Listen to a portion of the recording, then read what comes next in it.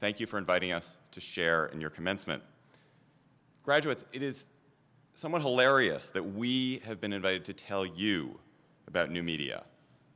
This is roughly equivalent to us playing a football game while the Green Bay Packers sit in the stands and watch. You should be the ones instructing us. You had a Facebook account before you could drive and texted before you could talk in full sentences. Sure, we're successful online journalists, but we've never even looked at Snapchat. And what is WhatsApp? And what do you need it for? When we graduated from college, believe it or not, we didn't even have email, and we still called our friends on, I'm ashamed to say it, a landline. You have the skills and habits and knowledge that give you an enormous edge over us, over your parents, over the employers who are about to hire you. But here's the thing. You're sheltered. You've gone from a high school where everyone knows you to a small, friendly college where you're protected. You're busy on social media, but you're also surrounded by your actual friends, not just your Facebook friends. And if you've had embarrassing social media moments, I'm guessing there was a responsible adult, as they say, to clean it up. So here's where we come in. We've spent 2 decades working in new media, watching it grow up. We've made dreadful mistakes with it and learned how to clean them up ourselves. Before you're loosed upon the world, we hope we can offer you a very quick survival guide for your new virtual life, a guide that teaches you how to be your best self in an age of new media. In that spirit, we offer a commencement address in the form of 9 tweets and 1 selfie. Number 1, Instagram is evil. Hashtag, the grass is always greener. Think about a beautiful day just like this one. You've graduated from college, your parents love you, your life ahead is full of adventure. Better yet, your hair is doing exactly what it should. Then you get home and check Instagram. One friend has posted a picture of himself skateboarding on Hollywood Boulevard. Another is doing a perfect headstand on a beach in Hawaii. A third friend is sitting next to her new boss, Google CEO Sergey Brin. You scream and feel woozy. You are another victim of the pernicious disease called Instagram envy. They are happier and having better lives than I am. This is the title of an actual academic study. What researchers found was that trolling through friends' feeds was shown to correlate with feelings of loneliness and even depression. At its worst, it could lead to the incurable disease called envy spiral. Instagram is the most dangerous because photos bring on a purer, more lethal form of the disease. Reading about Hawaii is one thing, but seeing a picture of your friend with the sand and the ocean and the coconut with the straw while you're sitting at your IKEA desk in your new basement apartment, believe me, it's something you want to avoid. Spend at least 1 night a week with your phone off, promise us this, and read an actual book. And if you need to go on Instagram, set the timer for 10 minutes. And if you start to feel envy spiral coming on, convince yourself that 1 second after that photo was taken, your friend stepped on a jellyfish. Number 2, once a day, read something you disagree with, hashtag groupthink. Show me your Google search history, and I'll tell you who you voted for, where you live, and what you believe. The new media are very good at giving you what you want. The problem is the new media are very good at giving you only what you want. If you're a liberal, the algorithms that run the internet are going to filter the world in a liberal way for you, nudging you toward information that confirms your trust in Obamacare and your support for marriage equality. The same thing goes on the right. You read at Breitbart and watch on Fox and learn all the things that Wisconsin's terrible public employee unions are doing wrong. The new media constantly affirms our beliefs. The result, we become even more sheltered. We come to believe that everyone believes what we do because we're cut off from people who are different. This is not just true online, it's true in the real world too. Americans used to live and work with people who held different beliefs from them. Increasingly, we've moved ourselves into neighborhoods filled with people just like us and gone to work at jobs with colleagues just like us. It's very comforting to read only what you want to hear, but it's also boring and narrowing. So whenever you can, read what you hate. You'll learn something. Tweet number 3, everything you write is public. Hashtag, you didn't get the job. On the eve of the royal wedding, a Buckingham Palace guard wrote this on his personal Facebook page, true story. Her and William drove past me on Friday, and all I got was a stupid wave while she looked the opposite way from me, stupid stuck-up cow. Now that's the family-friendly version of what the Buckingham Palace actually wrote. No surprise, he was fired. A New York City public school teacher wrote on her Facebook page, after today, I'm thinking the beach is a good trip for my class. I hate their guts. The previous day, a New York student had drowned while on a field trip to the beach. While only her friends could see her page, one of them was a fellow teacher who forwarded the post to the principal. She was suspended. A young guy applied for a job at the FBI. The person interviewing him checked his Twitter feed. A tweet from the day read, skipping work, sick, ha-ha, cheers to the boss from McSorley's.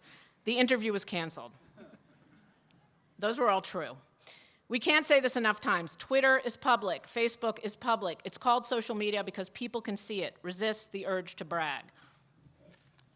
Number 4, when in doubt, trust the numbers. Hashtag numbers don't lie much. For the first time in human history, we are able to collect enormous amounts of data, make sense of enormous amount of data, and use that data to try to test hypotheses that we were previously only guessing at. The best example of this is your 2013 commencement speaker, Nate Silver. Sick of all the pundits predicting election outcomes from their gut, Nate decided to revolutionize election prediction. He collected and analyzed the huge volumes of poll data available before the 2008 election. He considered sample size, the method of polling, the track record of the poll, and much more. And then he nailed the 2008 results.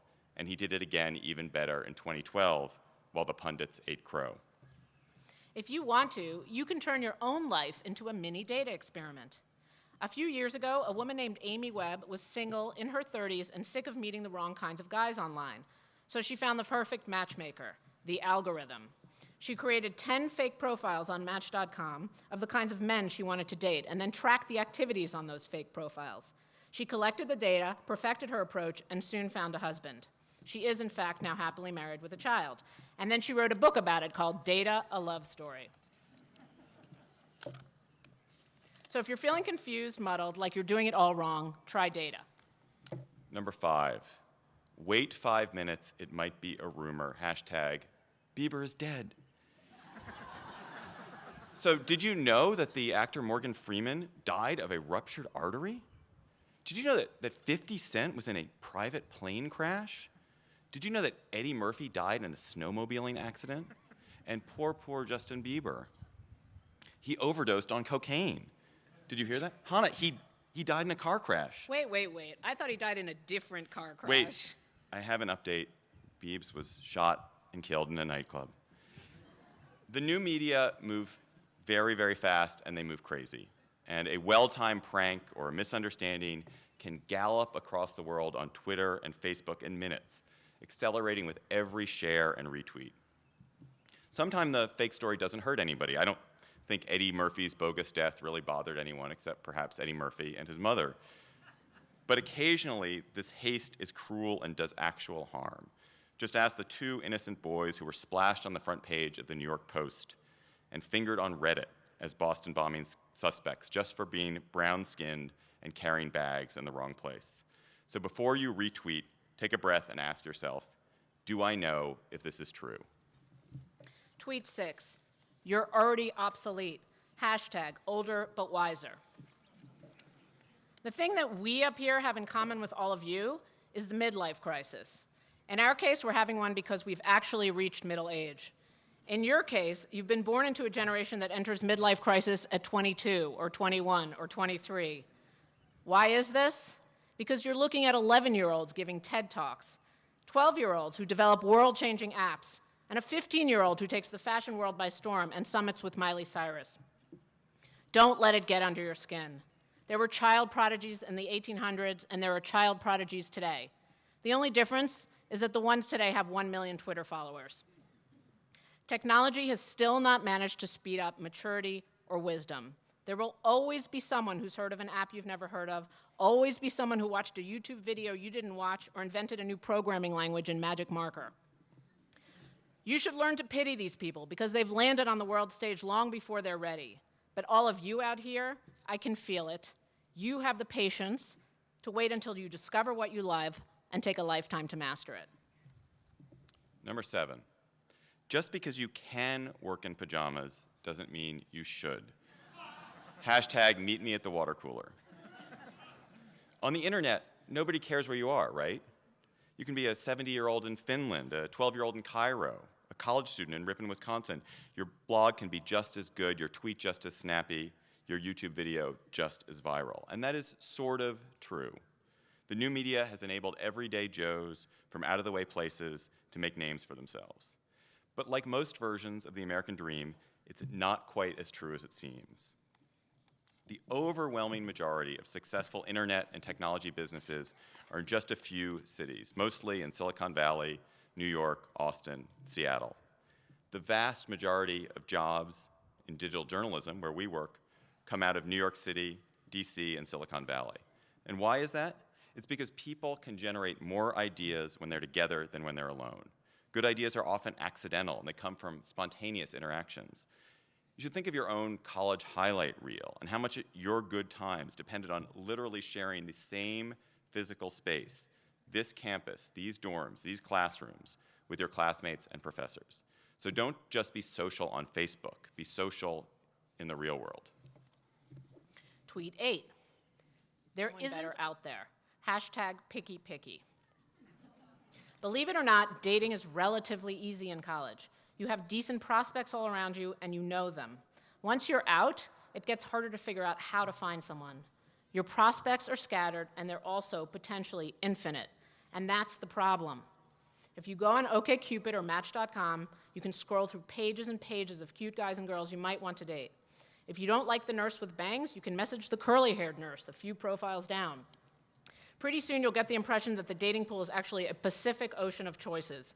You can swim and swim forever and never get to shore. This feeling might make you dizzy with happiness for a while, especially if you're a guy, but trust us, that happiness will not last. There isn't always someone better out there. Or maybe a better way to put it is, everyone out there is flawed in their own special way. Falling in love is not about finding a person who's perfect. It's about finding someone whose flaws you find as magnetic as their charms. Which are my magnetic flaws? We'll discuss that later. Yes. Number 9, you really only have one big decision to make. Hashtag sickness and in health. You didn't ask one of us here today. You asked both of us. We're digital journalists, we're podcasters, we're writers, but most of all, we're spouses. By far, the most important decision you're likely to make in the next decade is not where you live, or what you study, or what job you do, or how you use Facebook and Twitter. It's how you decide how you're going to spend your life, who you're going to spend your life with, or if you're going to spend it with anyone at all. This choice obviously decides who'll be the parent to your children, who'll nurse you in illness, who'll travel with you, who'll sleep with you every night, and all the other decisions, I have to say in retrospect, seem trivial by comparison. Make it count. So that's 9 tweets. So we want to, now the selfie. So we're so happy to be with you and with each other. So we want to celebrate with a picture together. And we're in Wisconsin, so I know that all pictures must have a cheese joke, but we won't do that. So we'll all say tweet together. We'll all say tweet. So let's do a 3, 2, 1 tweet. Here we go. Okay. Hanna, you got it well. Okay, here we go. 3, 2, 1, tweet. Tweet. Congratulations, graduates of 2014. Let's all follow each other on Twitter.